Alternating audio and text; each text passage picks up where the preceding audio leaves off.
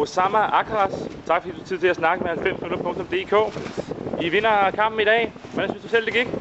Jeg synes, i første halvleg så spiller vi ikke sådan, som vi skulle. Men i anden halvleg får vi til tider spillet udmærket fodbold. Og det vigtigste var, at vi vandt og fik 3 mål. Du scorede selv 2 mål.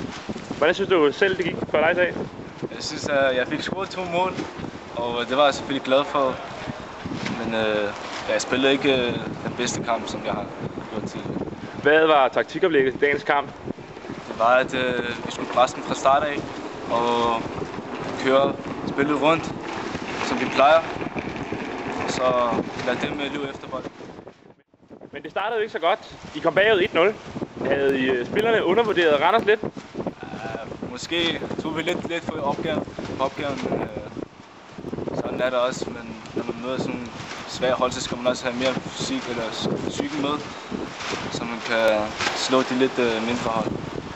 Efter kampen satte Bindia ud på 3 løbeture. Var det en straf, eller var det bare... Det er fordi, at vi også har en kamp på tirsdag, så den skal vi også være klar.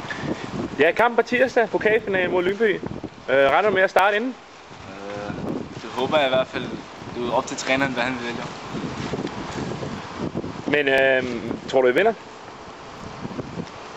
Ja, vi har holdet til det. Det tror jeg faktisk godt. Okay. Du scorede 2 mål i dag.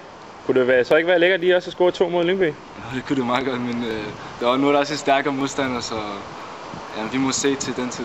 Hvad er din yndlingsplads på holdet egentlig? Det er offensiv midt og midt. Okay, hvem arbejder du bedst med? I dag så har du Daniel Novovic op foran, men normalt så plejer Mustafa Hassan at ligge derop.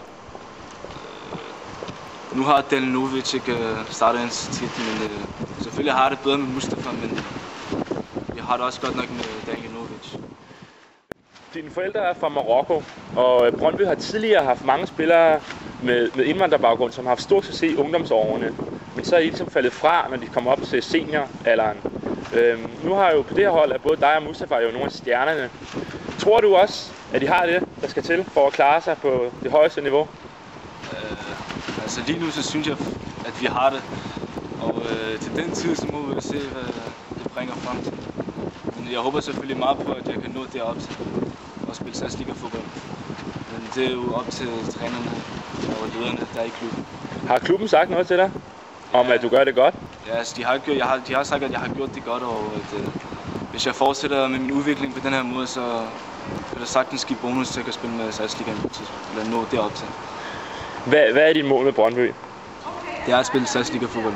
Men selvfølgelig starter jeg lige med yndlinger, og så anden division. Eller udtruppen, hvad den hedder, og så SAS-ligaen. Hvor tæt er du på at komme på et anden divisionshold? Lige nu så tror jeg er meget tæt. Op til 3